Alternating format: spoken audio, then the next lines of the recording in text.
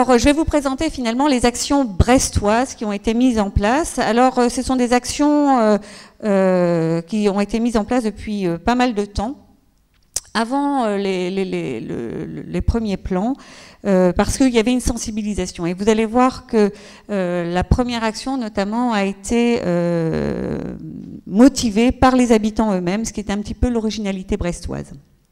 Alors, simplement pour reparler des déterminants de santé qui vous ont été présentés, c'est vraiment capital, et on voit bien que certains déterminants impactent directement sur la vie des habitants. Et il suffit de voir au niveau de l'environnement ce qui se passe dans le nord de l'Afrique et au Japon, et on comprend tout de suite que la guerre va impacter directement sur la santé des habitants, et qu'un tsunami, tout simple, peut aussi impacter sur la santé des habitants.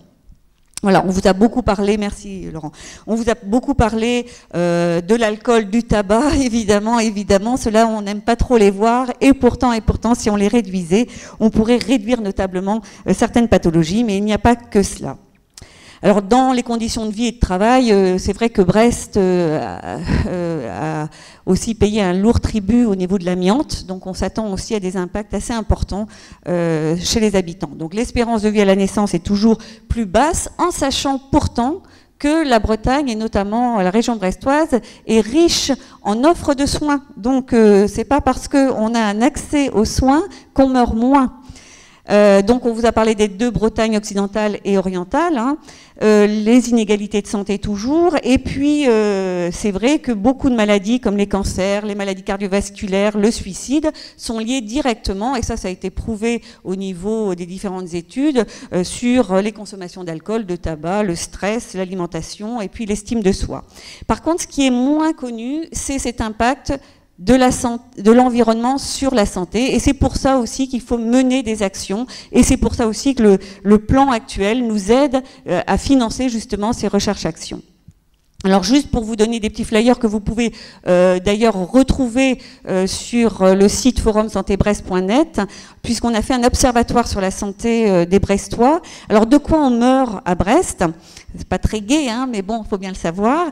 La première cause, ce sont les tumeurs, les cancers. La deuxième, les maladies cardiovasculaires. Et la troisième, le suicide. En sachant que les hommes meurent plus prématurément. Alors, c'est quoi une mortalité prématurée? C'est la mortalité avant 65 ans. Après, finalement, on a le droit. Hein. Après, on a le droit.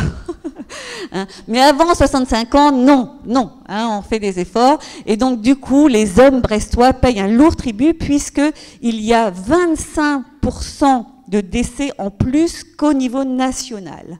Donc, les hommes avant 65 ans ont un effort à faire. Alors là aussi, ce qui nous a surpris au niveau de cet observatoire, c'est que les femmes décèdent donc de cancer toujours en premier.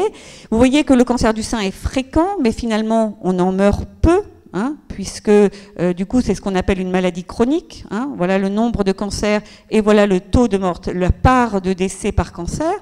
Par contre, le poumon, on en meurt quasiment autant que le cancer du sein. Alors c'est vrai que les femmes bretonnes et finistériennes fument pas mal, mais sans doute qu'il y a des cofacteurs comme l'amiante et le radon, mais bon, ça, on n'a pas encore réussi à le démontrer. Par contre, si on arrêtait de fumer, je pense que ça irait beaucoup mieux. Pour les hommes, c'est pareil, avec deux cancers finalement très meurtriers, le poumon et les voies aérodigestives supérieures. Et là, on a un lien très fort entre alcool, tabac. Et vous voyez que la prostate, par contre, il y a beaucoup de cancers de la prostate. On en parlera le mois prochain, mais on en meurt peu.